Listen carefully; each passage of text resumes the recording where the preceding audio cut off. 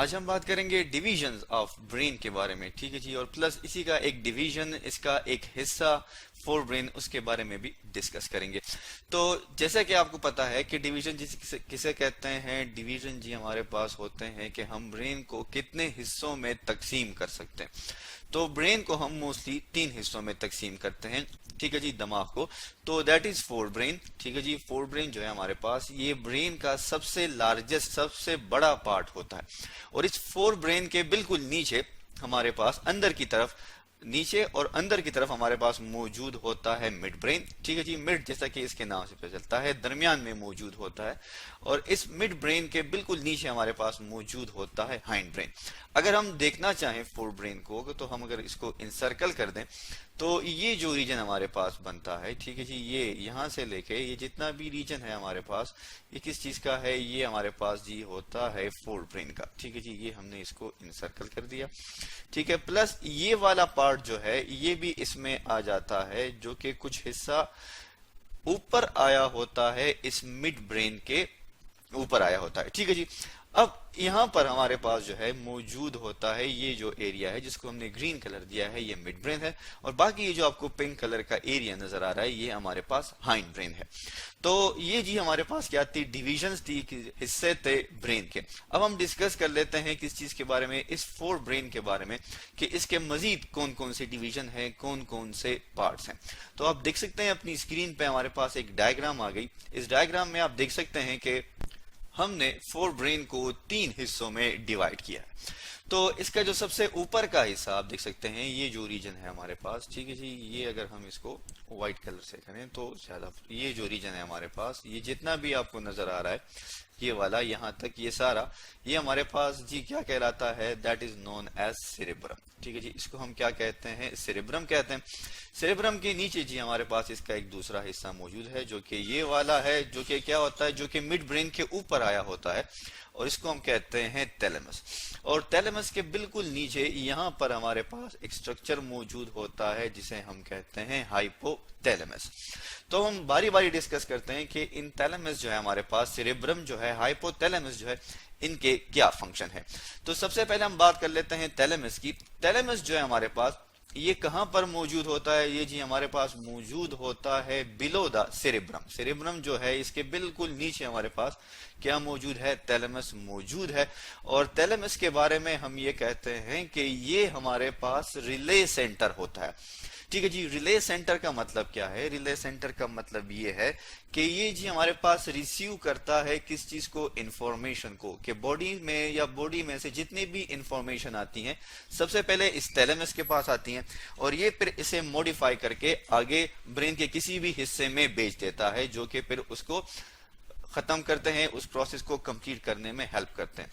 इसके अलावा अगर हम इसके फंक्शन की बात करें, तो थैलेमस को एक जो फंक्शन है, मेन दो फंक्शन है। एक ये है कि ये डिटेक्ट करता है किस चीज को, पेन को, ठीक है जी, दर्द की शिद्दत को क्या करता है, ये डिटेक्ट करता है। और इसके अलावा ये हमारी बॉडी में कंट्रोल करता है कॉन्शियसनेस को, ठीक है जी। कॉन्शियसनेस का मतलब क्या है कि हम किस वक्त जागे होते हैं, किस वक्त हम सोते हैं। तो ये इस तरह की जो एक्टिविटीज हैं, उनको ये थैलेमस कंट्रोल करता है। इसके बाद अब हम आ जाते हैं किस चीज पे, हाइपोथैलेमस पे। आप देख सकते हैं ये जो रीजन था हमारे पास, जिसको ये हमने कलर भी कर दिया है, ये क्या है जी, हमारे पास हाइपोथैलेमस है। अब हाइपो किसे कहते हैं, बिलो को। तो ये जी हमारे पास कहां पे मौजूद है, ये जी हमारे पास मौजूद है बिलो द थैलेमस, थैलेमस के बिल्कुल नीचे मौजूद है।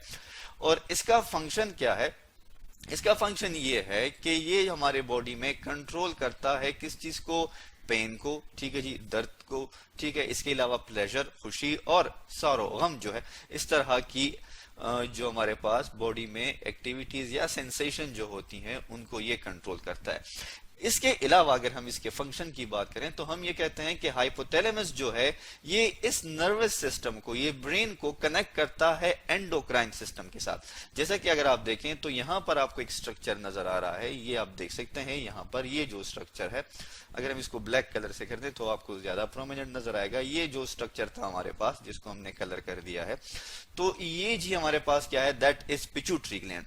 सो ये पिट्यूटरी ग्लैंड को क्या करता है, उसकी सिक्रीशन को भी कंट्रोल करता है। तो हम इसको लेबल भी कर लेते हैं, ठीक है जी। ये हमारे पास क्या है, दैट इज पिट्यूटरी ग्लैंड, ठीक है जी। और पिट्यूटरी ग्लैंड को हम मास्टर ग्लैंड भी कहते हैं। तो ये मास्टर ग्लैंड जितने भी हैं हमारे पास, ये सॉरी जो मास्टर ग्लैंड है हमारे पास, इसकी सिक्रीशन को भी कंट्रोल करता है। इसकी सिक्रीशन क्या है, हमारे पास हार्मोन्स होते हैं, ठीक है जी। हार्मोन केमिकल मैसेंजर होते हैं और ग्लैंड इन हार्मोन्स को प्रोड्यूस करते हैं। तो ये इस अगर देखें तो आपको बीच में एक लाइन सी नजर आ रही है, इस लाइन के थ्रू ये क्या करता है, कनेक्ट होता है इस पिट्यूटरी के साथ, ठीक है जी। सो ये जी हमारे पास हाइपोथैलेमस का फंक्शन हुआ। इसके बाद हम बात कर लेते हैं किस चीज की, सेरेब्रम की। सेरेब्रम की अगर हम बात करें तो सेरेब्रम के बारे में ये कहा जाता है कि ये हमारे पास लार्जेस्ट पार्ट है किस चीज का, फोर ब्रेन का। मतलब आप देख सकते हैं कि फोर ब्रेन हमारे पास जो मौजूद है उसका लार्जेस्ट पार्ट है। ये जितना हिस्सा आपको नजर आ रहा है यहां से लेके यहां तक, ये सारा का सारा हमारे पास क्या है जी, ये हमारे पास है सेरेब्रम, ठीक है जी। ये सेरेब्रम है हमारे पास। और सेरेब्रम जो है इसके फंक्शन क्या है जी, ये कंट्रोल करता है स्केलेटल मसल्स को, ठीक है जी, कि किस टाइम हमारे स्केलेटल मसल जो है वो हमारी मूवमेंट में हेल्प करेंगे। इसके अलावा जो है ये कंट्रोल करता है इंटेलिजेंस को भी, ठीक है जी, कि इंटेलिजेंस एक बंदे में कितनी है, किस हद तक जो है वो डिसीजन ले सकता है। और इसके अलावा इसमें एक ऑर्गन समझ लें या कुछ सेल समझ लें या टिश्यू समझ लें, वो इसमें मौजूद होते हैं जिसको हम क्या कहते हैं, हिप्पोकैम्पस, ठीक है जी। हिप्पोकैम्पस जो है ये बेसिकली क्या करता है, ये मेमोरी को स्टोर करता है। अगर खुदा ना खास्ता किसी भी ऑर्गेनिज्म में या किसी इंसान में हिप्पोकैम्पस जो है वो डिस्टर्ब हो जाए या वो इफेक्ट हो जाए तो ये क्या करता है, उसकी मेमोरी लॉस हो जाती है। और ये इस सेरेब्रम में कहीं पे भी मौजूद हो सकता है, यहाँ पे भी हो सकता है और यहाँ पे भी ये मौजूद हो सकता है। मतलब सेरेब्रम के किसी पार्ट में भी ये मौजूद होता है। इसकी एज सच लोकेशन जो है वो हमें कंफर्म नहीं है। सो ये थी हमारे पास जी इसके पार्ट्स। इसके अलावा अगर हम बात करें किस चीज की, सेरेब्रम के बारे में, चूंकि ये लार्जेस्ट पार्ट है फोर ब्रेन का, तो हम ये कहते हैं कि इसके हमारे पास जी मौजूद होते हैं, ये मुश्तमिल है दो पार्ट्स पे, ठीक है, या इसके दो हेमिस्फेयर्स हैं, ठीक है जी। हेमी किसे कहते हैं, हेमी कहते हैं हाफ सर्कल को, ठीक है। अगर आप देखें तो सेरेब्रम के ये एक हेमिस्फेयर हमारे पास अगर आप देखें जिसको मैंने इनसर्कल कर दिया है, ये हाफ इनसर्कल एक साइड पे, ठीक है जी। और ये दूसरा जो इनसर्कल है ये हमारे पास इसका जो है नेक्स्ट पार्ट जो है सेकंड हेमिस्फेयर। तो सेरेब्रम के दो हेमिस्फेयर होते हैं, एक ये वाला और एक ये वाला। और आप देख भी सकते हैं कि ये क्या है, इसमें थैलेमस भी आपको नजर आ रहा है, ठीक है जी। और ये जो आपको लाइन नजर आ रही है जिसको मैंने ब्लैक कलर से जो है इसको शेड कर दिया है, ये जी हमारे पास क्या है, दैट इज हाइपोथैलेमस। और ये हाइपोथैलेमस जो है हमारे पास यहाँ पर पिट्यूटरी ग्लैंड के साथ भी अटैच है। तो ये क्या है जी, ये हमारे पास हेमिस्फेयर हैं इसके दो।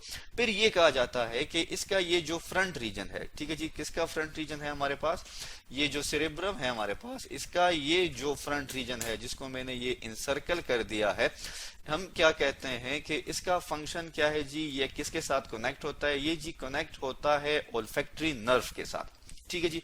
ओल्फैक्टरी नर्व जैसे कि इसके नाम से पता चलता है ओल्फैक्शन से निकला है और ये डिटेक्ट करता है किस चीज को, सेंस ऑफ स्मेल को ये डिटेक्ट करता है, ठीक है जी।